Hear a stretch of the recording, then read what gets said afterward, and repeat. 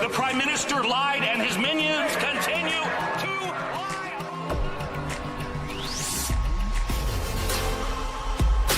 We need political change. But we also need to resolve to resist.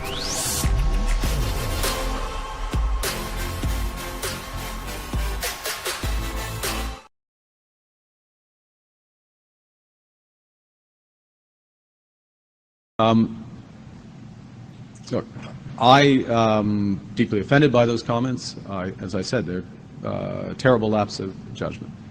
I view this as a teachable moment.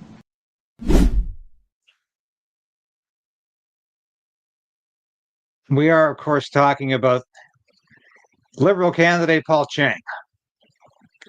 He's withdrawing from the race, even though he had the full support of Prime Minister Mark Carney. And I can't emphasize that. And that's the issue here.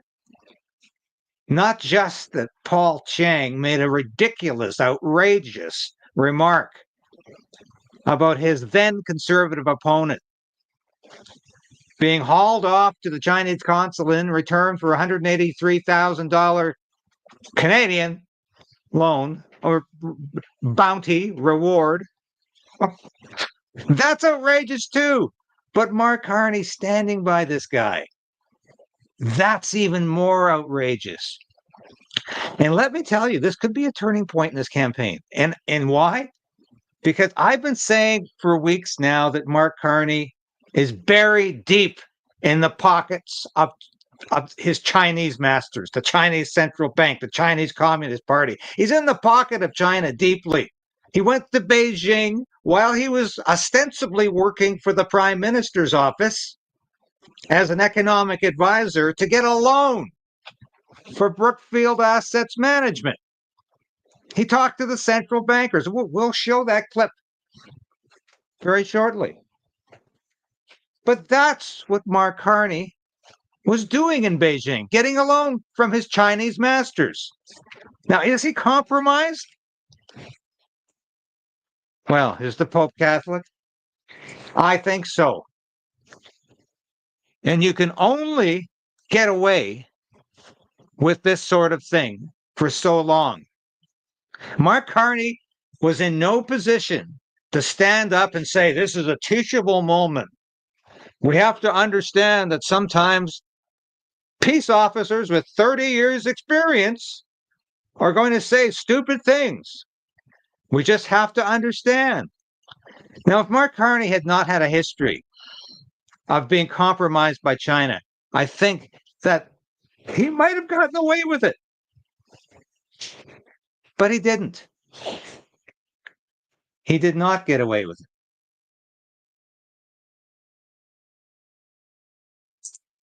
What happened? Here's an example from history. If you want to talk about détente with the Soviet Union, or you want to talk about getting closer to China, well, you better have a history of anti-communism. This is why President Richard Nixon got away with that. This is why John F. Kennedy could do that.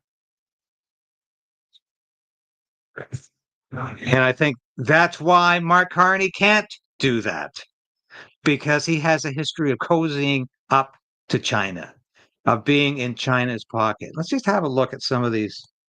It's incredible. Joe Tay. If you were Joe Tay and you were told that your opponent had suggested that people round you up, abduct you, and send you to the Chinese consulate in exchange for a bounty, would you want to leave your house? Would you be afraid to leave the door? I think so. I think that's probably an issue. But of course, Paul Chiang didn't say a word about this until this issue was reported in the English language media. As soon as it went past the English language media, well, then he had lots to say about it. So let's listen to Mark Carney again. We'll get to the extended version, because there are times there are times when you just want to say, all right, I'll shut up and I'll let this guy hang himself, because that's what Mark Carney does at this news conference. But let's play a bit. In terms of, but to go back to the specifics of your question, this situation, look, I deeply offended by those comments. As I said, they're a terrible lapse of judgment. I view this as a teachable moment. It underscores the respect with which we treat human rights in this country, the differences between Canadian society and other countries. This, after all, though, I will go back to the character of the individual who made a lapse judgment. This is someone who has served our community, has been on the front line of policing for almost 3 decades, and has been standing up for those rights and has that track record for it. He's made his apology. He made it to the public. He made it to the individual concerned, made it directly to me, and he's going to continue with his candidacy. Thank you.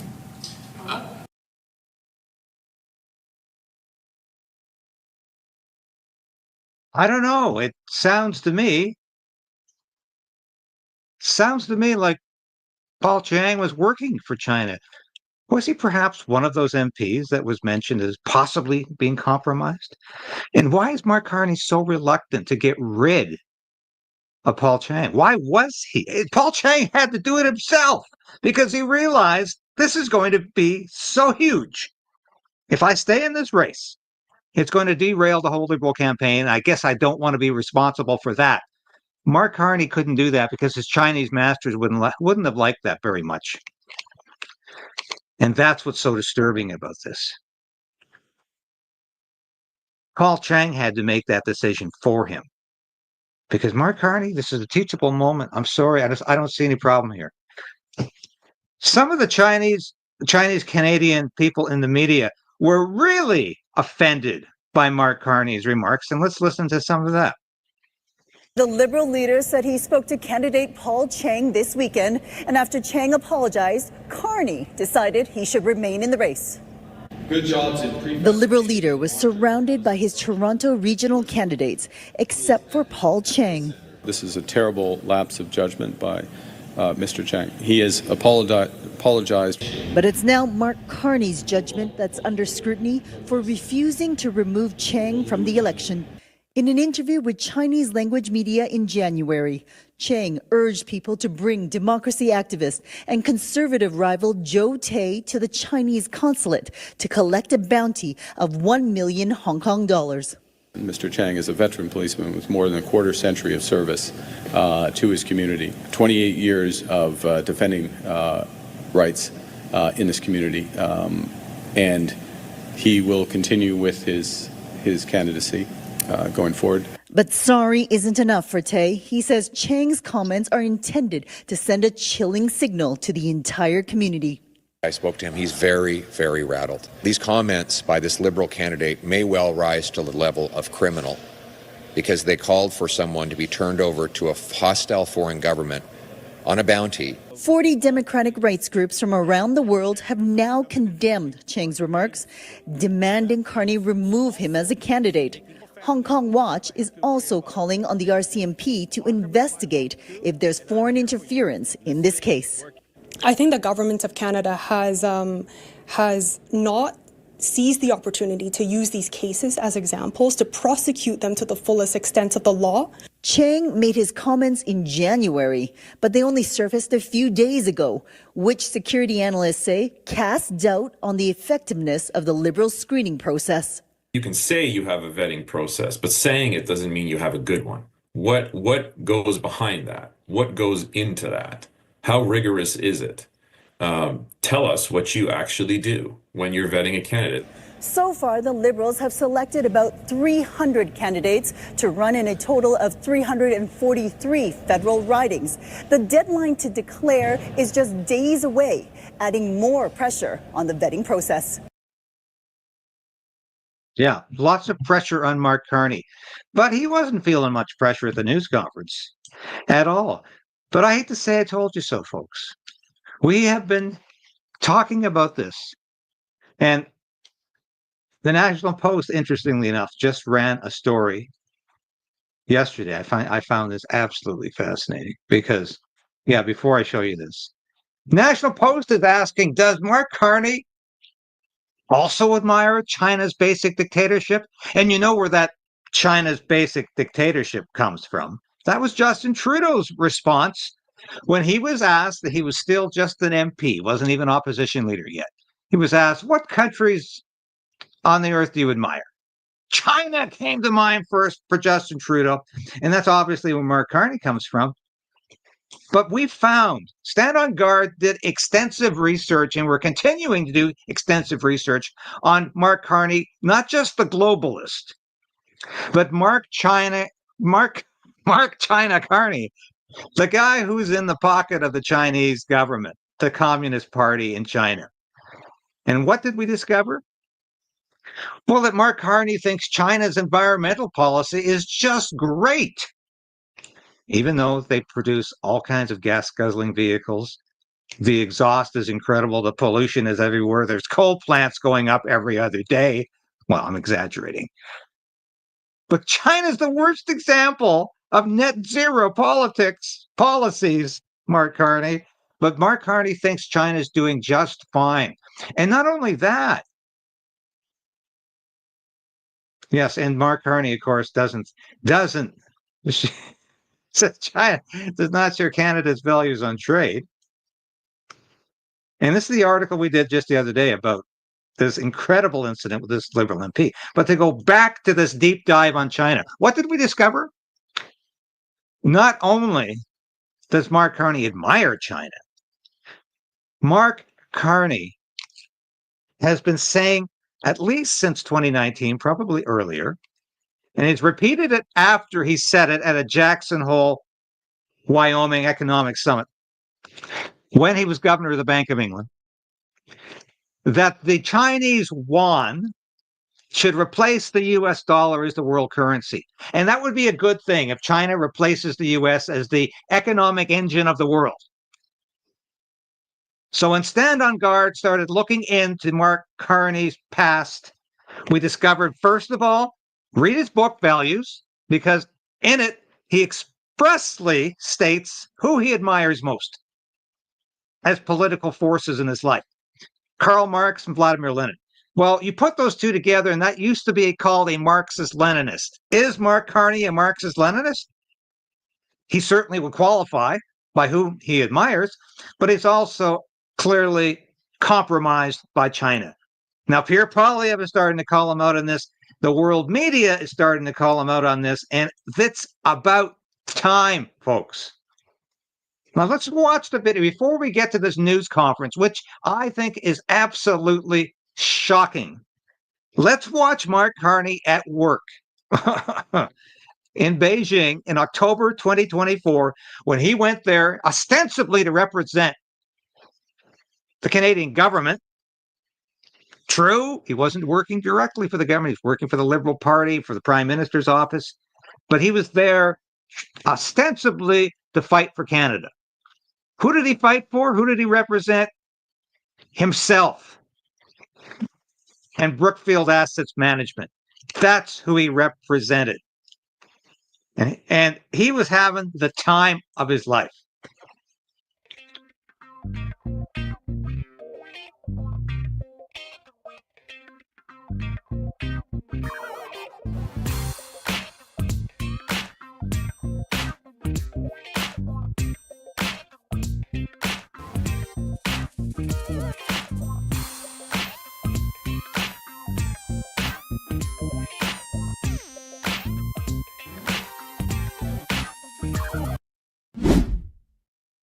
Decide to link some of those voluntary carbon markets on the basis of the following things.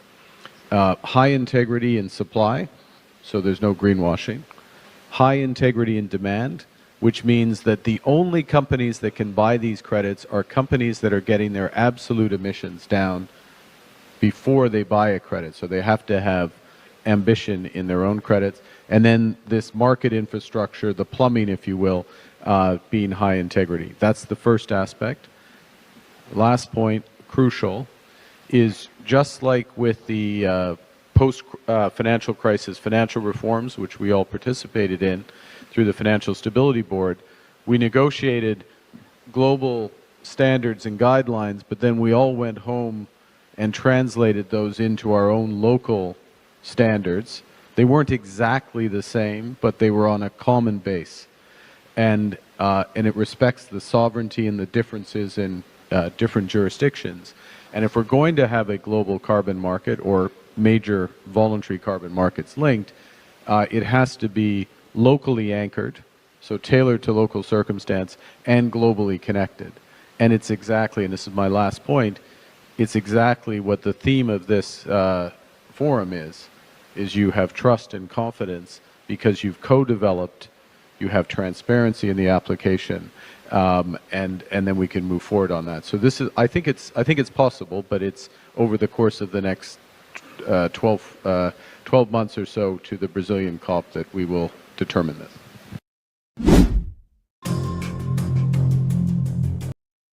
So that's Mark Carney cozying up to the Chinese again and showing you what a hypocrite he is.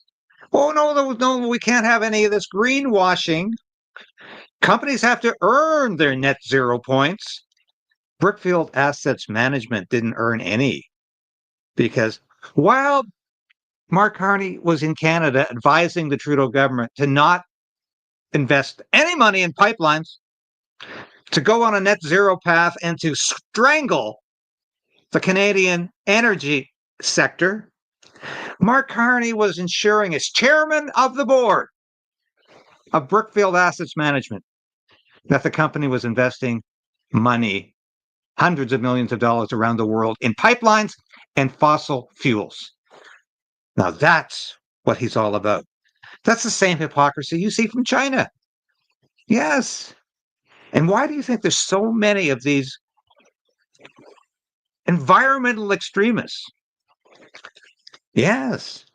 Who pay homage to China, even though China really doesn't give a damn. New industries, particularly around China's leadership in climate change and the further acceleration that's necessary for that. That's a crucial discussion, as is the discussion around AI and really the application of AI. We see China's leadership there in deployment of AI technologies, which is in many respects unique, and we can all learn from that and work together.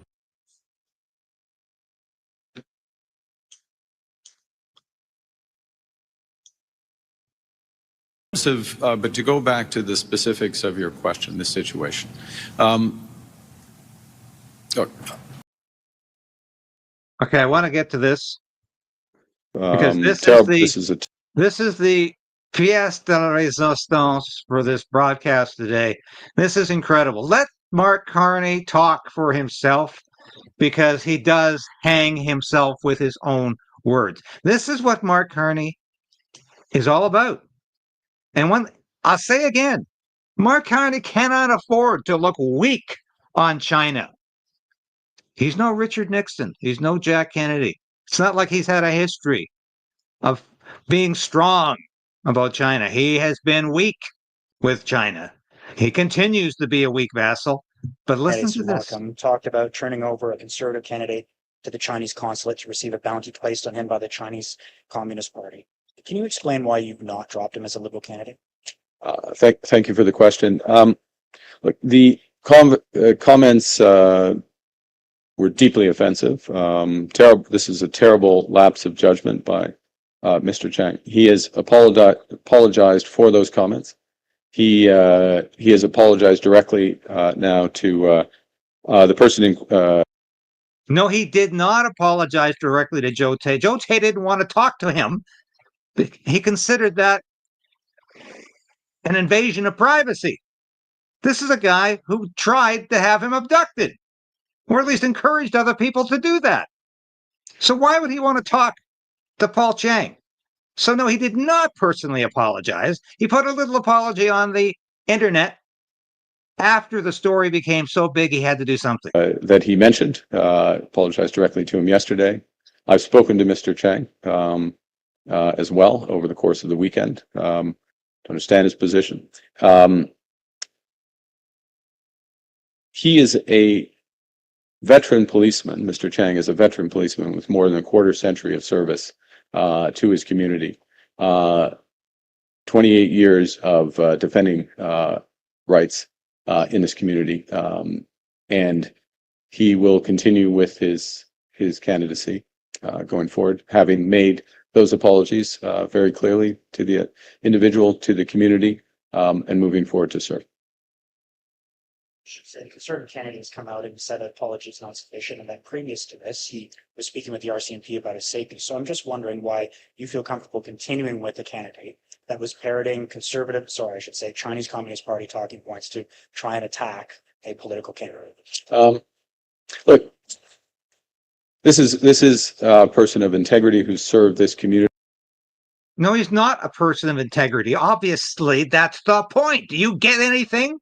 So your thick skull, Mark Carney? I don't think so. You don't get it at all. You don't get it at all. And when the mainstream media starts to ask the uncomfortable questions, when you're trying to steer them over here about your affordable housing commie program, and they're not taking the bait, you're in trouble, boy. His community, as a senior police officer for, as I said, more than a quarter century. He's made a terrible lapse in judgment. He's made an apology for that. It's also an individual who has family in Hong Kong. He's under no illusions about the situation there, the situation in broader China. He's made those. No, maybe he's not under any illusions, but he apparently approves of it. Once again, you don't get the point. Yes, he understands the reality of communist China, but he apparently thinks that's okay. And you don't get that, Mark Carney. And why can't you disqualify a candidate on the grounds of spewing this kind of rhetoric, this kind of nonsense? You had no trouble taking over a sitting Liberal MP's seat in the Nepean. You had no trouble seeing that guy disqualified. Chandra Arya, for what? Because he's Indo-Canadian? What was he disqualified for? Apologies. He's made them directly to the individual concerned. He's made them directly to me. He has my confidence. Thank you. Good morning, Mr. Carney, Rafuji Canyon, CBC News. It's not just opposition parties calling for Mr. Chiang's resignation. It's also at least 13 civil society groups. What message? It's now up to 40, and that's what broke the bridge here. That's what broke the dam. That's the water that broke the dam at midnight last night, when that many people, that many groups are saying, get the hell out of there. Mark Carney wasn't listening. Paul Chiang got the message, though. What message are you sending to Canadians who are worried about pressure from China when you allow him to stay on? And how can you credibly criticize Pierre Poilievre for his lack of security clearance when Mr. Chiang is considered a worthy candidate? Well, the first thing, I can very credibly criticize the leader of the opposition for being at 930 days running and not having a security clearance. I will say as well, in the course of my responsibilities, current responsibility, I didn't do that. That wasn't me. I did manage to cut the piece of wood. Even during the seriousness of these questions, Mark Carney thinks it's all very funny. I can always find something to laugh about, especially when I'm being questioned about China. Yeah. And how does it always get back to Pierre Poilievre's security clearance? We all know now. We know. Tommy Mulcair agrees. Pierre Poilievre can't get that security clearance without being co-opted by the government. That's why he hasn't got it. Mark Carney knows that. Yeah, he's smart enough to know that. He's not smart enough to know when he's in a political difficulty that he could easily have gotten out of, but except, oops, that would mean offending China. And I put China before Canada. It's not Canada first, it's China first for Mark Carney. Second time running. Although I was under expert supervision. No, getting back to these are serious matters. So I appreciate the question. But in the course of my responsibility as Prime Minister, just yesterday, I received an additional briefing on foreign interference and potential matters related to that. Of course, I can't share any details of that, but it just underscored once again, I take my responsibility seriously, but the extent to which leader of the opposition does not and hasn't for more than 3 years. In terms of, but to go back to the specifics of your question, this situation, Look, I deeply offended by those comments. As I said, they're a terrible lapse of judgment. I view this as a teachable moment. It underscores the respect with which we treat human rights in this country, the differences between Canadian society and other countries. This, after all, though, I will go back to the character of the individual who made a lapse judgment. This is someone who has served our community, has been on the front line of policing for almost 3 decades. Look at this woman here, nodding away. Yeah. He served the community. How well has he served the community? I'd like to know now. If he thinks people should be abducted and dropped off at the consulate for a reward, how well has he served the community? And has been standing up for those rights and has that track record for it. He's made his apology. He made it to the public. He made it to the individual concerned, made it directly to me, and he's going to continue with his candidacy. Thank you. I noticed multiple GTA area candidates behind you. If you're still standing behind Mr. Chiang, why isn't he standing behind you today? He has other responsibilities in his riding. We have multiple, but not every candidate. I know Yvonne Baker's off doing different things. People are doing things. They're out talking to Canadians. I'm honored that Paul Chiang is so conscientious, he couldn't show up at the rally to be affirmed and validated by Mark Carney. He was just too busy, even though his political career is clearly was on the line, and Mark Carney was prepared to save his behind, but it was still too late. These candidates have found the time. I'm honored that Gregor Robertson, and let me just say a word about Gregor Robertson for a second.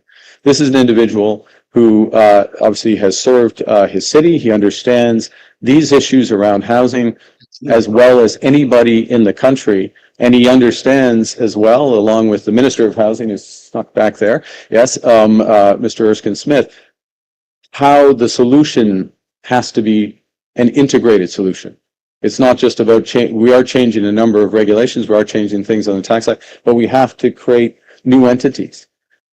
This is called desperately trying to change the subject, desperately trying to turn the page. But let's talk about housing. I don't want to talk about China or the fact this MP should not be running. And we have to build all the way through so that we can build a sustainable, competitive housing market in this country. Thank you. Mr. Carney, I'd like to press you a little bit more on Paul Chiang. He lives in a riding that is 70% diverse, people of color. Half of that are people from Chinese ethnic origin. And of that population, about 20% are from mainland China. The question that people from Hong Kong have asked me to ask is whether or not you are putting appeal to those voters who may support the policies of China ahead of the democratic rights and safety of dissidents who have called Canada home, and mainly Hong Kong democracy activists who now live in Mr. Chiang's riding. Absolutely not. Absolutely not. Stand foursquare for rights, foursquare for our position, our very strong position vis-a-vis China, respect. It doesn't have a very strong position. It doesn't have a Canada strong position. Building Canada strong. What a farce. You're building China strong. That's what you've done. That's what you've done your whole political career. In or out of office, and let's not pretend you're an outsider. Canadian citizens, all rights of Canadian citizens, irrespective of whether they hold dual citizenship or not, to be absolutely clear. And Mr. Chiang has long history of service to that community, history of protecting those rights. Mr. Chiang is well aware of these issues, including having family in Hong Kong.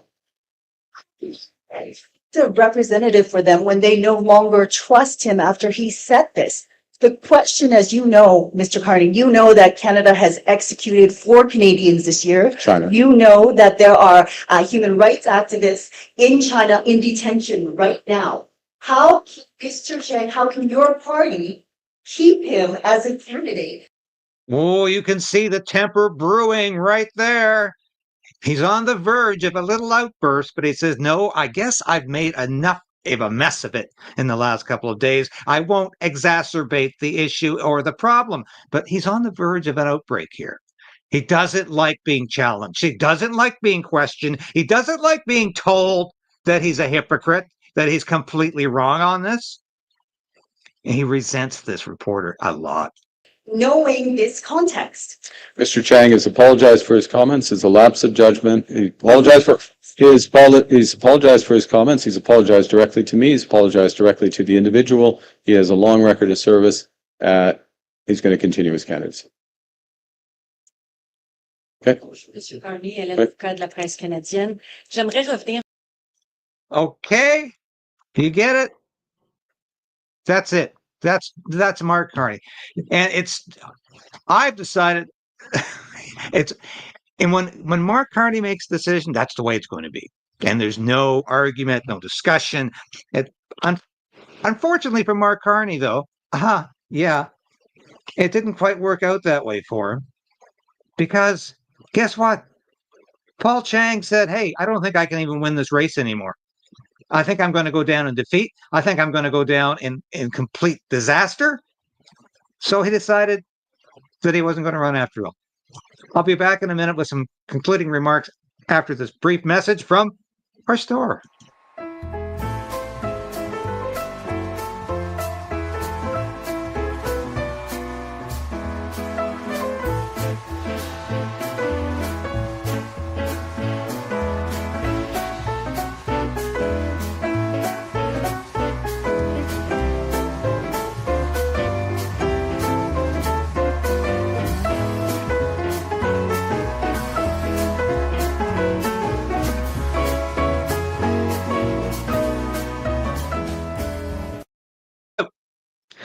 And thanks for watching that little message. I think we've got some of the best Which country gear he out most there. admired and referred to China. There's a level of admiration I actually have for China. Their basic dictatorship is allowing them to actually turn their economy around on a dime and say, we need to go green as fast as we need to start investing in solar.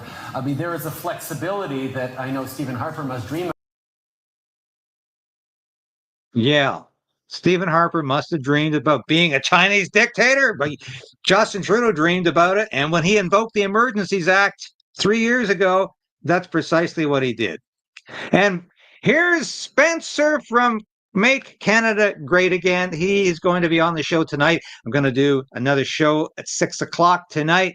Spencer will be my guest again. A lot of you had a chance to watch him on the show last week. We talked about some great things. He's been going to liberal events and just causing a bit of a fuss. Just a little disruption, forcing them to face what they are and who they are. So we're looking forward to a return engagement tonight with Spencer. He'll be joining me at 6. Don't miss it. And of course, we'll be back again tomorrow with all the news you need to know. And let's continue to resolve to resist Mark Carney. This man has no business being your prime minister. He's been installed. And let's make sure he doesn't get elected.